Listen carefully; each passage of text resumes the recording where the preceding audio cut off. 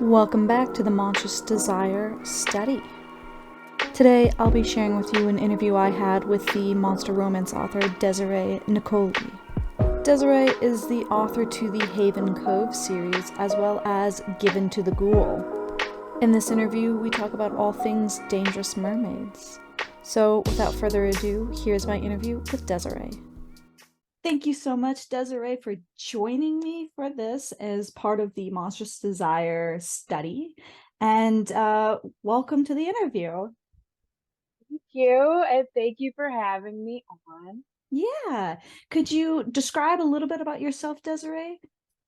Yeah, so I write adult vicious romance meets cozy horror. Mm-hmm. Um, so a lot of my work, it's at its base and at its core, it's a romance, but I like spooky things, I like Mm-hmm. creepy things. So I try to interject that into it. And so far, eco horror has been my primary subgenre of horror that I like to sprinkle in, but I've also do like folk horror.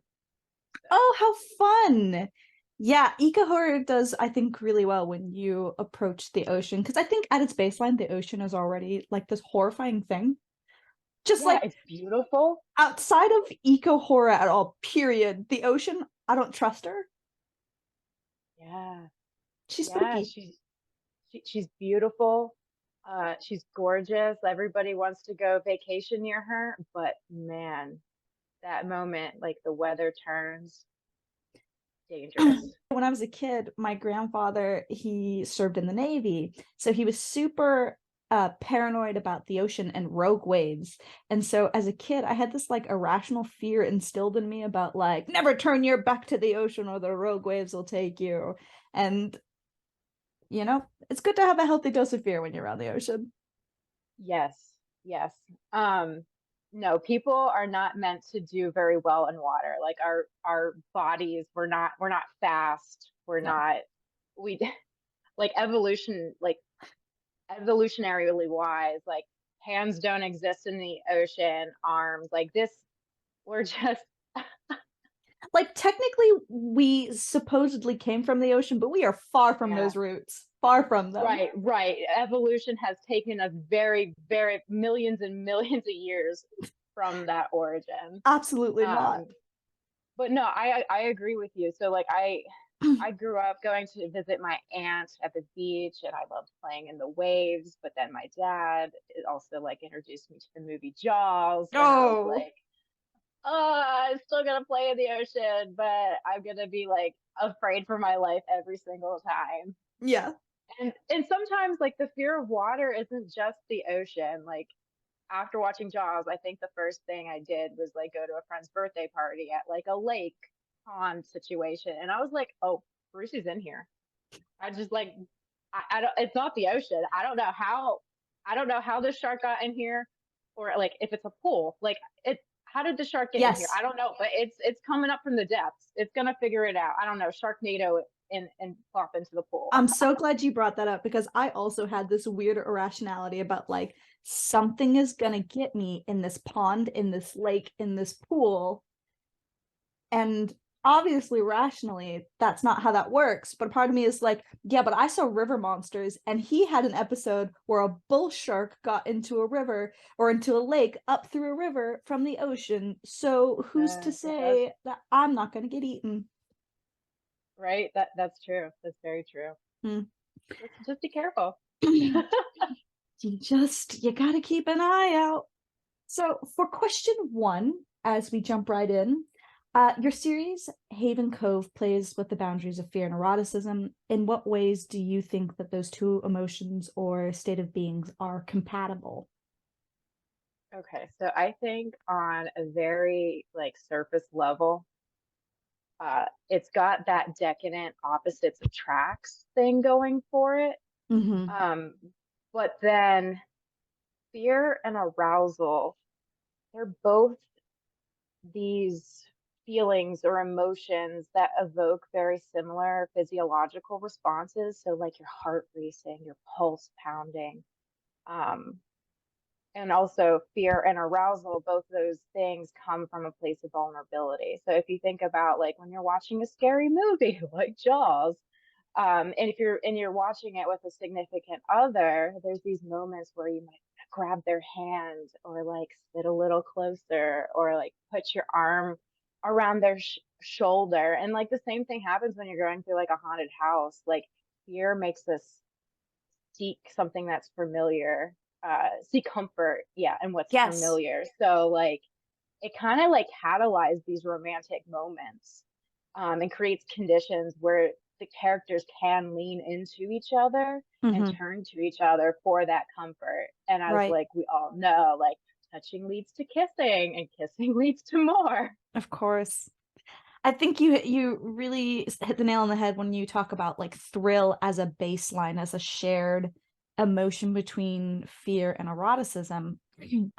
Because there's a couple scenes in your book where people lean into that thrill instead of finding solace in comfort. They lean into the thrill of fear and eroticism. There's that fine line. And I found those scenes really interesting because I think they get to the heart of monstrosity and why it's such a great vacuum to explore desire. Yeah, yeah. So Killian, who's the main character in the Haven Cove, not the main character, but like the main male lead in the Haven Hmm. Cove series, like it starts out because Lorelai, who's the female main character, doesn't know like what she is at first. She is this flesh craving mermaid, but at the outset, like she was raised human. Hmm. So she's not aware of that. So it's a journey that they undergo together. And at the outset, they're both like scared shitless of what's happening to her, like the body changes and the transformation happening to her. Right. But like as they start to like get a handle and a little bit of control back, it does become very much a thing that like Killian, like I'm still afraid of my scary monster lady, but here she Right. is climbing over the side of my ship and like all of her terrifying like sharp teeth, claws, glowing eyes, bioluminescent, like semi mermaid form. And I'm just like, ooh, Killian said, like I it, want to fuck that. yeah, yeah. It definitely once he has this just a little bit of reassurance that he's not going to end up the wrong kind of snack. He can sink into that fear and be like a little bit more comfortable with his fear. Right. Um, Right. He's and not it on becomes guard the entire something, time. yeah, and something that it like enhances the adrenaline. It enhances the eroticism and the desire. Right, because that thrill is running through. Yep. So for question two, which we kind of already talked about right now, but in what ways do you think monstrosity allows for fear and eroticism to exist simultaneously? And we kind of already discussed that right here. Oh, that's okay. I think for me, the monster itself is scary, but also scary hot. And it's like, what is it that makes uh something that is terrifying or scary or whatever makes it sexy? And I don't know. I think one of the things for me that I find appealing about monster romances that kind of lean into the horror speculative fiction elements, Hmm. is that they like enhance the stakes that I already really enjoy about the romance genre as a whole. So like building Right, trust, taking and relinquishing control, being vulnerable with a partner, working towards like a common goal, falling in love. But then you like add the sharp teeth and the claws or like the horns and tails and tentacles into the mix, and it's just a little extra tantalizing. right, It's this knowledge that this creature that could rip you apart, but will hold you instead. right. So it's knowing that they could, but they won't. That like makes the moments of vulnerability, in my opinion, sweeter. Because I think there's an idea where, in that circumstance, when you're talking about a monster that is defying itself for you, um, because I think when we talk about monstrosity, we talk about there is an inherent monstrosity is about threat. Yes. It's about the threat, whether it's a threat against an actual person or a threat against social structures that we deem as norms. And so I think that when we're talking about threat and say it's a threat against a person's life, to go against one's intrinsic self, that there's something very romantic about that. To deny yourself your base nature, is there's something really interesting about that. And when I write monsters, I like them to be scary. I like them to be vicious. So Hmm. in a sense, yes, there is this. I have to hold back a part of myself that might hurt my loved one. I don't want to Right. hurt my loved one, but I'm not going to necessarily change my inherent nature in Right. the sense that if you hurt my loved one, oh, we're going to have a problem Hmm. and you're going to be on my dinner plate. So Right. I like that. I like that element. I like it when the monstrosity, it kind of it reins itself in a little bit for the love interest in the sense that the monster does not want to hurt their loved one, but Hmm. claws come out the moment that, the antagonist comes onto the scene. Right. Because I think that when you defang, whether it's literal or metaphorical, a monster, then you kind of get into this interesting area of categorically, like, is it still a monster? Like if it lacks the threat, overall. And, you Yeah. know, I don't know where I sit with that because monstrosity is such a malleable definition. It's impossible to nail down what does or doesn't qualify, which ties in quite nicely to our next question is, how do you define monstrosity? Okay. Yeah. Okay. So within like the monster romance genre, like it has its definition. Mhm. So like the foundation of that is that the story centers around a character or love interest or both who can't be mistaken as human, who engages romantically with their partner or partners in their monster form. So like they have sapience, they have to be adults, and like all the things that romance requires, like the ability to give consent. But after that, like the monster romance genre goes in different directions. So like there's some monster romances that are very cozy. They Hmm. have like small town settings and like these slice of life office romance kind of vibes. Like CM. But yes, exactly, exactly. Or like Kate Pryor. So like that it's still, those creatures, even though they have more of like this cozy feel, like they're still monsters in the monster genre. But because I grew up watching movies like Jaws, Jurassic Park, and all that such, Hmm. like the kind of monstrosity that I gravitate towards is it intersects with horror. It's the kind that invokes fear. Right. And so what you'd said before about like defanging the monster, is it really still a monster after that? It kind of goes into like how I like the monster to be able to stay the monster, like themselves, because there's something powerful. I like that power. I like the danger. Yes. Both physically and because, as you mentioned earlier, like it can challenge the status quo. It can challenge conventional beauty standards. I think when the monster completely gives up being the monster, I feel like they're also giving up their power, Yeah. which is in mermaid, like some classic mermaid stories, like Ariel giving up her voice, or Right. like giving up that power, like that doesn't sit well with me personally. Like as Oh, long as, yes. yeah, yeah, feeling like that character got cornered into that choice and they don't get to be the scary vicious mermaid and have romance and Hmm. happiness and a happily ever after. Like I want to have everything. Yeah, no, I think that yours was a series that was really interesting to me because for a lot of monster romance, you see a bit of a domestication occur. And this isn't me passing judgment at all on it. I think it's a very interesting take on the monster. But much of the monster romance genre has monsters who aren't quite a threat. But yours is. And I think that's so much fun when we see, especially like, you know, female monstrosity as a threat and what that means within our world. And it's an interesting take on gender. It's an interesting take on sexuality. It's an interesting take on monstrosity in general. Yeah, and I completely agree with you. Like, believe me, I love those cozy monster Yeah, romances. Love fun. them to I love them. pieces. But I also want to be scary. Yeah, yeah, I love that too. We have multitudes. We can like yeah. multiple things.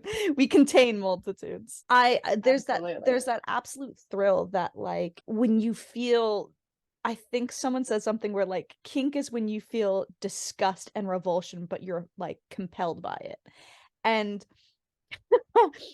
and I think that's the baseline for monstrosity is when you are like disgusted or repelled or terrified and you have this sick feeling in you and you're just like, am Yeah. I I into this still?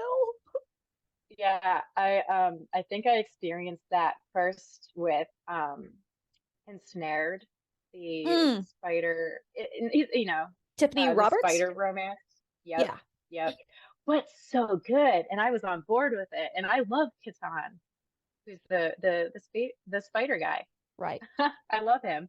right. And there was also a video on TikTok. I don't. It was just like a dark room, and you just see like this really dark shadow with Hmm. like two pinprick like lights for eyes, and it just like rises up, like standing and like fills the threshold. And I just had this like my heart just started Bill. racing, Hmm. and I was like, oh my God, like the fear hit me real hard. But then I was also like, hey, Could I oh, write dark about and this? handsome. wait, wait a second. So yeah, I don't know. Maybe that, yeah, that real like, It's oh, I excitement. shouldn't. Yeah, It's yeah. Oh, I taboo. shouldn't. Mm-hmm. Though the mermaid has had a long history of danger and allure, the mermaid's more contemporary perception is one of a beautiful but harmless creature. Think of H2O, just add water, Mako mermaids, etc. A lot of that obviously is media for children, but I think the mermaid has become kind of a harmless symbol through children's media. Why did you choose to portray the mermaid as a dangerous monster? Yeah, being scary is just more fun. Um, and then I want more lady monsters. Ah, Yes, I think we need yes, more of them in the universe. period. I, yeah, just period. And yeah, just too often we get scary ladies who meet some kind of, tragic end. Like they're Right, painted as the villain, so they're deserving of their death or or whatever bad end befalls them. And right, I'm like, no, no, we can be we can be vicious and have our romance too. right, But so in my Haven Cove series, the mermaids are a blend of biological and fantastical. So when I wrote this series, or at least when I wrote the first book of the series, I was living in rural coastal Maine. So I was able to speak with a marine biologist who worked at a marine science based college there. hmm, And we had a speculative conversation about what, if mermaids were real, what would their physiology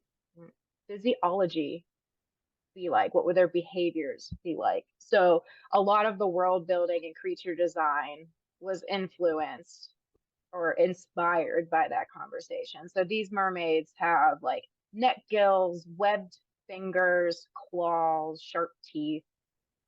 Their eyes are like slightly larger than normal because they're swimming around in deeper, darker, murkier water. So they have to be able to take in like the minuscule right, light better. Um, and then they have bioluminescence, which they use to communicate. Um, but it also gives them like a nice little pretty bit of sparkle. So like I don't right, completely disavow the like let's have pretty mermaids, but like duality. Let's have pretty ambitious mermaids. right, Let's get to be both, right, And then like also they have like rib cages that are more like a little more flexible and collapsible lungs because again, like they're diving deep into like mesopelagic waters and they like right, sperm whales, they have to, be able to survive like the water pressure as you go deeper down. But yeah, and then they're also human up top and they've got like pretty tails like beta fish. And does that make sense for the Yes. murky Yeah. cold waters of the Gulf of Maine? Maybe not biologically, but I like it in the sense that, okay, they're a predator. They want to look appealing and pretty to their human prey. So pretty tails are like, it makes sense in that way. Even if Yes. evolution biology would say, like, no, they would be more like, they would they would be more the color of like their surroundings, because when you're in the ocean and you have natural predators, you You don't want want to to stand blend out. in.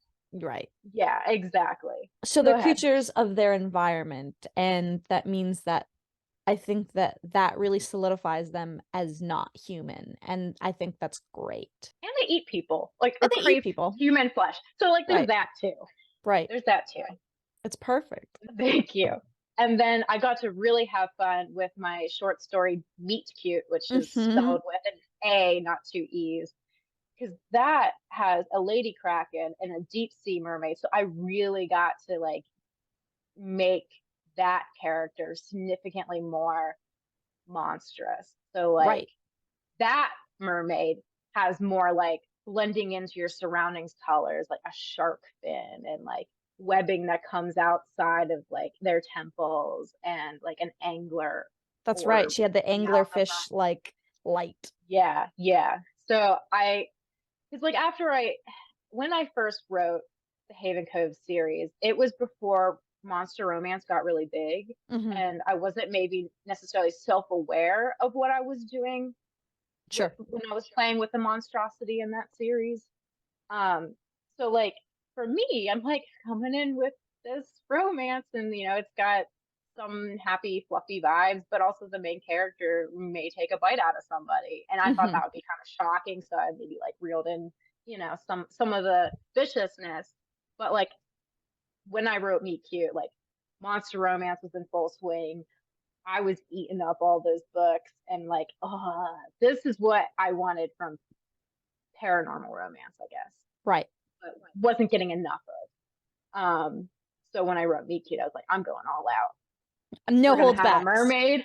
We're gonna get a mermaid who's absolutely unapologetic about the fact that they eat people, and it's a good time. It's a Right. bonding experience, and That's amazing. It's a lot of fun. I think the only other character or not character, I think the only other creature that I can think of within monstrosity of the monster romance genre right now that eats people technically is the vampire.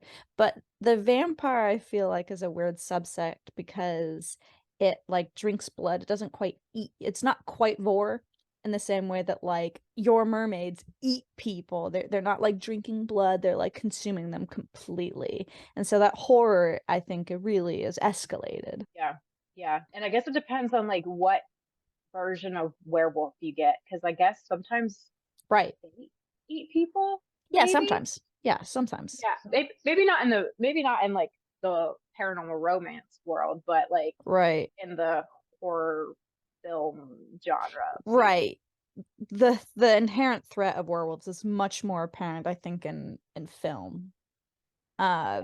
Did you base your mermaids at all on like the ancient versions of them, which were like the dangerous sirens who used to like call in like fishermen or pirates or ship people with their Yeah. voices? Oh, I mean, yeah, I would say I played with that more in book two, which Yeah, is titled Song of Lorelei. right. Um, definitely, definitely played with that more there. So the inspiration for this series, and yeah, part of it is I was living in Maine. Like that's Stephen King territory. You've Right. got like the dreary, like It's a cold playground water, for horror.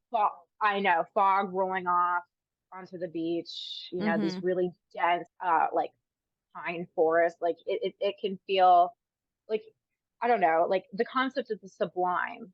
Like nature is so breathtaking and Yes. awe-inspiring, but it is so terrifying and sometimes claustrophobic, even though it's the big wide world out there. So like that goes into it. Like I just, the mermaids have got to be scary, but also at the same time I was consuming media like The Shape of Water and the Santa Clarita Diet, Right.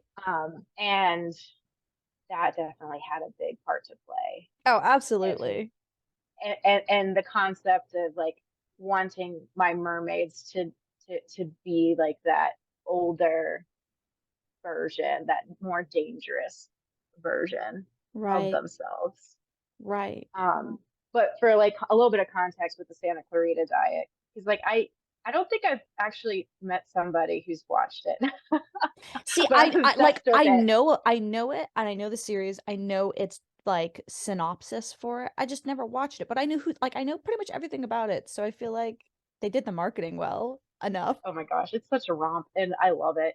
And it was so like the dynamic that Lorelai and Killian have, it's definitely more serious. Like my books aren't like the comedic, it Right. doesn't have the comedic quite the same comedic antics that the Santa Clarita Diet has because it's more comedy horror. It definitely draws on like let's inject a little bit of humor here. But like the main female character in the Santa Clarita Diet, it's just like this middle-aged woman living her life, and then she just has a bad restaurant experience and somehow turns her into a zombie, Mm-hmm. and she has to eat people to like continue living, Right. or unliving, or you know what I mean, like being undead. And her Right. husband is all in with helping her figure it out. Like it's it's just this adorable married couple dynamic where they're like, oh my gosh, this is weird, this is scary, what are we gonna do? But we'll make it work, we'll figure it out. Right. And so many countless ridiculous scenarios ensue. Like they're trying to figure out like how to, I don't know, they go on to like I don't know, they figure out someone's a serial killer, and they're like trying to like figure out how to take out the serial killer, and they're really bad at like being devious, and or like they get some bad guy and they're trying to like stuff him in a cooler, but like he doesn't fit because the cooler was too small. Like, you know what I mean? Like, so it's like very dark things are happening. Right. And she's like, eating people and like blenderizing somebody for like a meat shake. But like the whole tone around it is just hilarious. So, question number 5 is you describe yourself as an eco horror author. Can you describe what that entails and its relationship to monstrosity within your books? Okay, so eco horror is when nature bites back.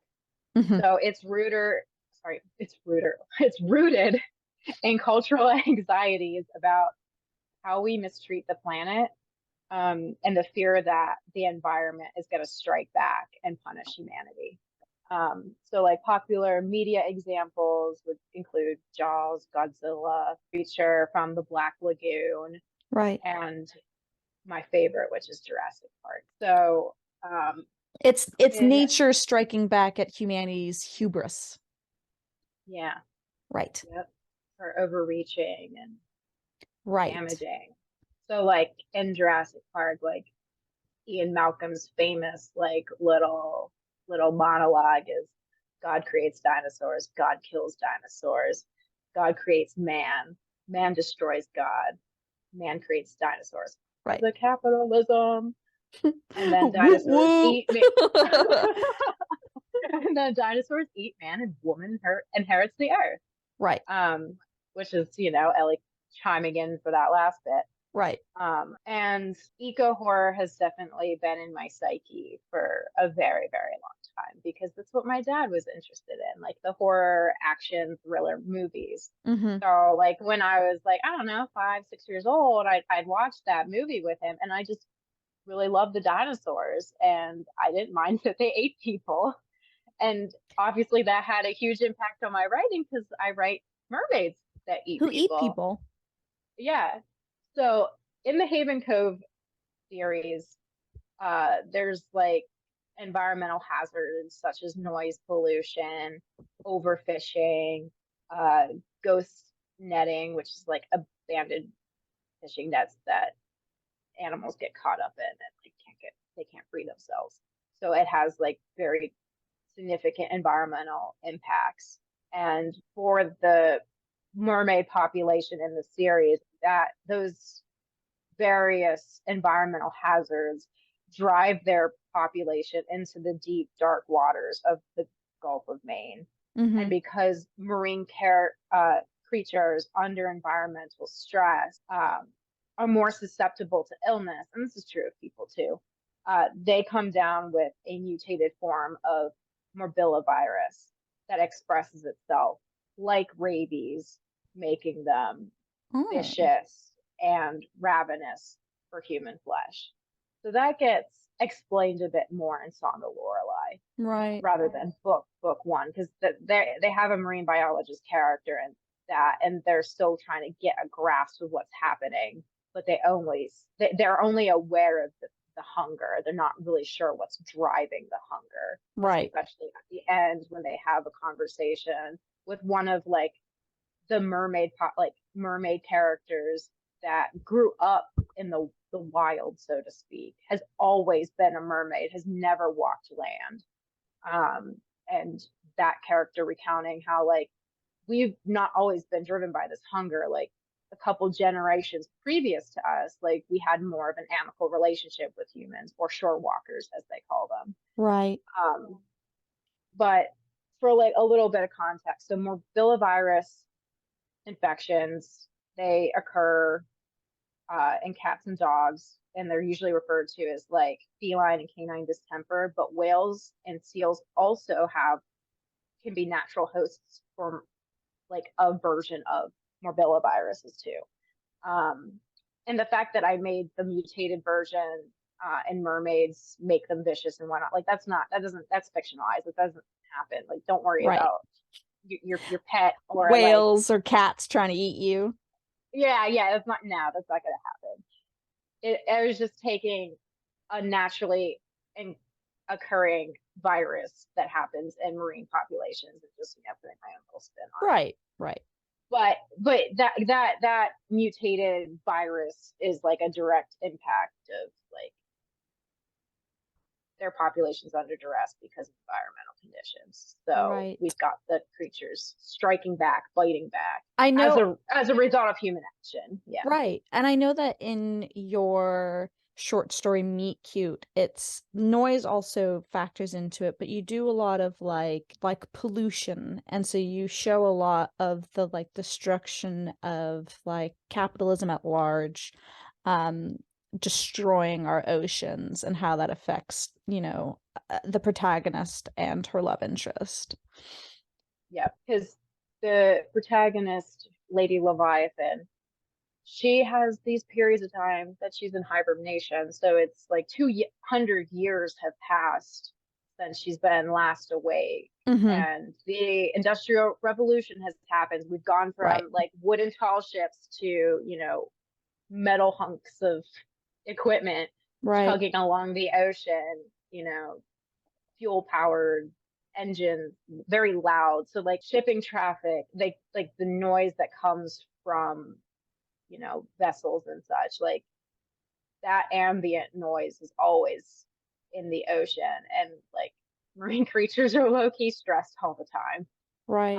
So the marine biologist I mentioned talking to earlier in the interview, we discussed for marine life if they're like keeping track of like big events that humans that they would notice with humans is like one, the industrial revolution, the changeover from like types of, vessel or like types of netting, from like more like rope to more Plastic. of like a, yeah. And, but also after 9/11, all shipping traffic was halted. Hmm. And the marine biologists that were studying like whale behavior and like stress levels noticed that the whales were less stressed because there was No like noise. the oceans were quiet again. Right. And that like gave me the biggest chills just One day, thinking just one about day, that. and immediately they're like, "Oh, whoo! Thank God that's over." Yeah, yeah. Wow. So I had no idea. I had no idea either I had until no idea. yeah, it was just wild. It's absolutely wild. Like, Especially because sound travels differently in the ocean. So like yeah. I know carries that. further. Right. Like I know like for whales, for example, their calls can be heard for like miles, even by like humans. Like when you're in the water and you can't see them anywhere, which is terrifying, but you can hear them. Like the idea that we can't hear like boat noises doesn't mean the rest of the ocean population can't. Right? Because they have a different range of, hearing the sound that they Right. can pick up and what. Yeah. So yeah, when Lady Leviathan wakes up from her hibernation, she's like, "This is not the ocean. This is not my home. This is not the ocean that I knew when I laid down in my like sea silt bed and like decided, to Take take a take wee a little nap. nap, Mm. take a wee nap." And she's like, "What is this stuff?" And she's like describing these little like pervasive little inorganic particles that are just everywhere and Yeah. cloying, and it's like those like microscopic pieces of plastic, and she's just hyper sensitive to all the changes, and she gets distracted by sensing like the distress of another sea creature, and that's the deep sea mermaid Ianthe, who's gotten caught up in ghost netting, and she's kind of like, and this is me cute is this like I kind of had fun turning the horror on its head. So here we have Yes. monsters experiencing the horror of their ocean being radically changed. So Lady Leviathan like drifts up towards the surface, and she's met with this graveyard of sea creatures that have been caught up in this ghost netting. And Right. Ianthe is like the one that's still alive and struggling to get out. And so she helps free her and helps like tend to her wounds. And then we get that lovely part where we hear like the ship putting on the surface, and they're like, "You hungry?" Wrong place, wrong That's time. it. Or right place, right time. Right. And they're like, I could eat. And then they're like, and, Lady Leviathan just goes full Kraken, comes up out of the water, snacks for the Little Mermaid. It's a lot of fun, I think, when you are on the side of monstrosity, where you have now pivoted and made humanity to be monstrous and to be the threat. And I think that short story is really interesting for that reason, because when, Lady Leviathan is trying to take down the ship, like, you're not thinking to yourself, like, no, don't stop. You're kind of like, yeah, Right. yeah, this makes Yeah. sense. This checks out. This makes sense. And so I think it's really Yeah. interesting when you when we rethink obviously monstrosity and its relationship to itself and what it means. I think that short story does a really interesting way of placing ourselves in the perspective of what we deem as monstrous and finding it to be lacking. Yeah. So your Haven Cove series plays with taboo, eroticism, and monstrosity. In what ways does monster romance allow you to consciously or not play with taboo? I find monster romance to be very freeing and Hmm. limitless because by design it invites you to stretch the imagination as far as it will go. And really, the odder, the better. Yes. Readers just crave uh, fun and thoughtful creativity Hmm. and that escape from the status quo. Right. Um, Because monstrosity is about like violating boundaries. It does not stay within boundaries. It doesn't want to. And that's its whole thing about threat. And so I think that, when it comes to taboo, that is violating boundaries of what we deem as norm. And monstrosity is perfect for that. and I love it for that. Yeah, absolutely. So in the Haven Cove series itself, as far as like what are I guess the taboos that come up, um, like there's tail play. Right. So, and then there's what I think what the community refers to it. So like for like male characters, it would be like a cock pocket, but I think it's like a polly pocket for A a Polly female. Pocket. I look, I might be wrong here because so I think there's a podcast that did like a monster bingo and they referred to it as a Polly Pocket. I'm like, okay, that makes sense. I'm sure, fine. So I don't know if that's like universally used, but I saw it once and I'm like, you know what, we'll just I've never heard that term, but I've never like I know the other term for like penis genitalia or whatever, but not for the Yeah. like inverse. And so your guess is as good as mine. I think that's hysterical. Okay, I have to say I adore The Shape of Water for like giving like for the character, the main female character giving us like a whole demo on like how it works to Yes. Octavia Spencer. Because like Octavia Spencer's like, he's fine up front, huh? You? And then she's He's a like, Ken doll. like, oop, opens up, out it comes. And I love also like Guillermo del Toro is one of us. I love that. I love that through and through. Like that man sat down and was like, thought this through step by step. And he was like, the people, I gotta give the people what they need, what they want, I will provide. Yeah. It's like what we don't think we want, but we do. And But we do. yeah, yeah. I'm gonna weed out the weak from the strong. Anyone who finds this disgusting, get out of here.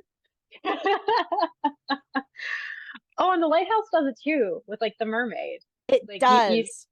yeah, you see all the unfurling, the I unsealing that happens. that one, however, is to me, I've written so much about The Lighthouse and that scene specifically because I think that movie is about struggling with queerness. And I think that when mermaids historically do not have genitalia, period.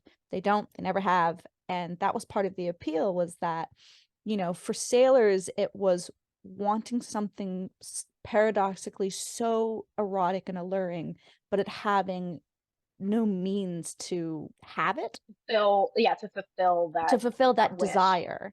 Yeah. And I think that with the lighthouse, with having this ginormous fish pussy just on the front of her tail, it's huge. It takes up like a good third of her tail.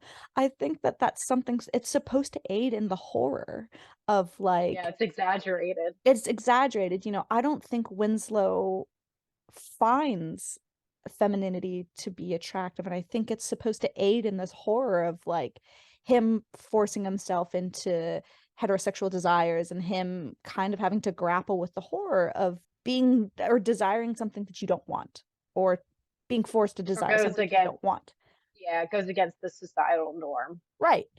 Yeah. But I'll end that little spiel there because I can go forever and ever and ever on about The Lighthouse. It's a very important film to me. Um, but No, yes, I don't mind. I don't mind at all.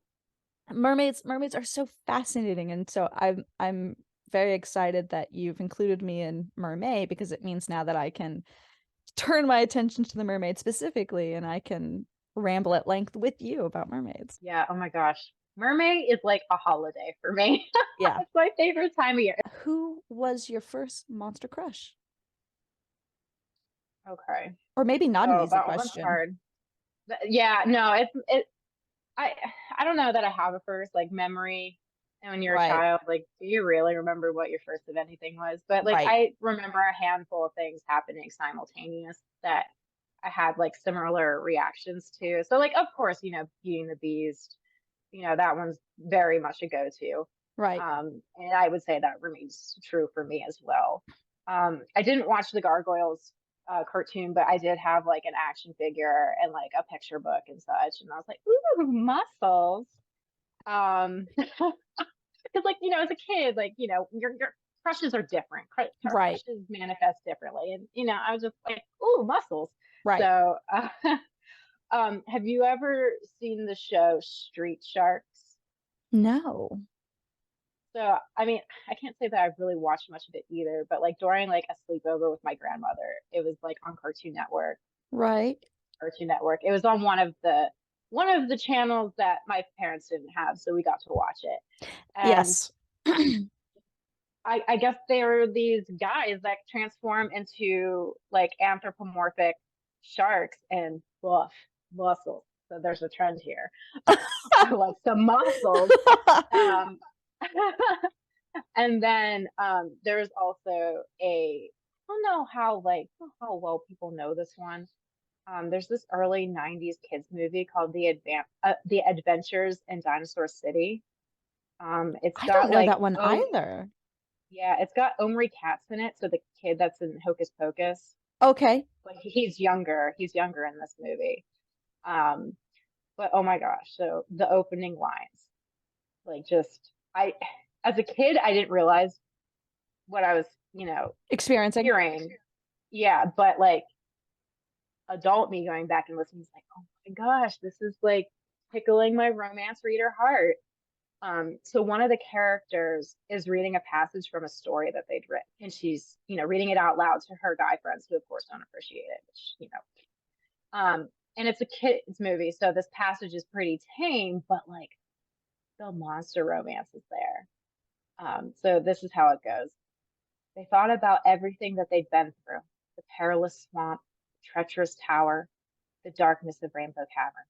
They stood together in silence, exhausted from their adventure. Rex stared into her eyes for a long time. Then his great green lips curled sadly back from his fangs. His voice was soft as he said, "It's too bad it couldn't have worked out between us, but at least we'll always have Tarrytown." What? His great green lips curled back from his That's perfect. You were not kidding. That hit the nail on the head. fangs. When was this airing? So this is like a 1991 1991. film that Oh. you can find and watch it on YouTube. Oh, yeah. With the Yeah. powers that be on the internet, you can find Yeah, anything. yeah, Yeah. yeah. It hasn't been taken down. I rewatched it in college and I thought about rewatching it before this. Yeah, just to like soak in the, Get in the I, asceticism, get yourself right in the headspace. yeah, just suffusing myself with one of my first monster crushes. But yeah, so Rex obviously is an anthropomorphic like T-Rex. Um, Fascinating. yeah. There's so much media during like the 90s specifically where you have a lot of like monster romances. You had the live action Beauty and the Beast, which was late 80s, I want to say, early 90s, with Yeah. Ron Perlman Linda and Linda and Linda Hamilton. Hamilton, which was directed by George R. R. Martin. What? I didn't Yeah, know that. yeah, no, no, no, no. The more Also, I need to, yeah, oh also need to watch it. Just period, need to yeah, watch it. anything with Ron Perlman, and I'm there with bells on. I love Ron Perlman.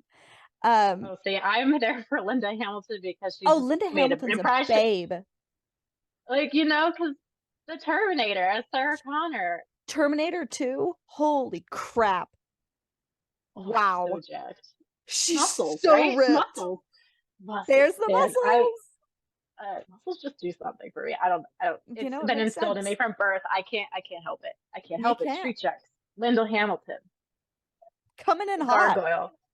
It was all there, all shaping you and your psyche. Isn't that bizarre? Just like how early in our lives, like our interests and who we are, like Oh, yeah. starts, percolating and Yeah, it's sexuality so does not fascinating. exist in a vacuum. And the more I do research on it, the more I'm like, oh, literally anything shapes it. Anything. Everything. Yeah. Everything. Who are some of the authors you find are producing some of the best monster romances right now? And why do you think that they're some of the best? Okay, so I That's also a am tricksy not, question. yeah, because like I'm not gonna be like, oh, this is the one author that is the very best, Yeah. the best that ever was. Like Yeah. um I'm just gonna shout out some that have written monster romances on the scarier end, and I like it I because it love was on the that. scary end. Good. Yeah. Okay. So, Brady's Moon, Okay. Elle Porter, Hmm. uh, Harley LaRue, R.M. Virtues, Hmm. and Ren K. Morris. So, um, some of these are more like horror romance. Like there is definitely elements of the monstrous. So like with Brady's Moon, a lot of their work has religious elements and biblically accurate angels. So like the multitude of eyes and arms and limbs. And, Who you know has what I that mean? Like one? that's Brady's Moon. Okay, I'll have to look into that because I love me Oh some yeah. biblically accurate angels. I love how freaky they Yeah. are. Not even sexually, Yeah. just like, Yeah. what a bunch of freaks being like, be not afraid. Of course I'm going to be afraid. Look at you. Scared and horny. Yeah. Sproused is like what I like to call it. Oh my gosh. Hmm. I like that. And then El Porter has done one that I think you'll like because I think it has like some lighthouse vibes.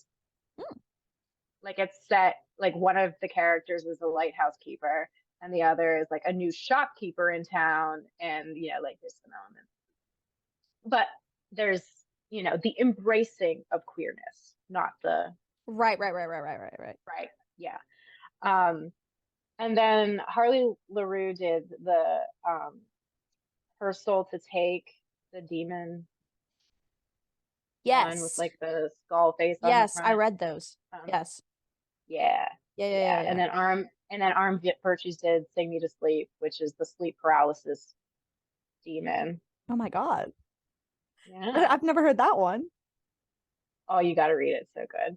And then Ren K. Morris did Surrendering to Skyla. So like from Greek Right, mythology. right. Greek mythology. Skyla was the octopus lady. That sounds fascinating. I'll definitely have to give them all a look because a lot of monster romance is about kind of it's the warm and fuzzy. I thoroughly enjoy those, but I would like to broaden the genre, or at least what I've read within the genre, to include scary. The scary monsters that stay scary.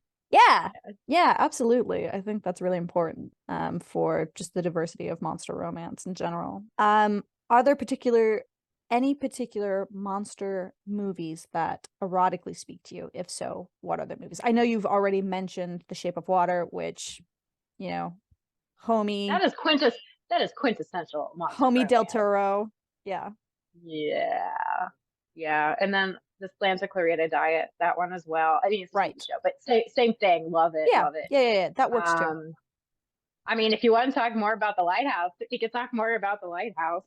The Lighthouse is Look, I will give you this platform to just as an early birthday gift, you can speak uninterrupted about the lighthouse for hours. No, I go because I'm fascinated. I mean, the lighthouse was literally the genesis for this entire project. So, Oh, that's so cool. Oh my gosh. yeah, I'll never forget that like he's climbing up into the lighthouse and we get like the masturbatory like tentacle so scene. much jizz, so much jizz. So much.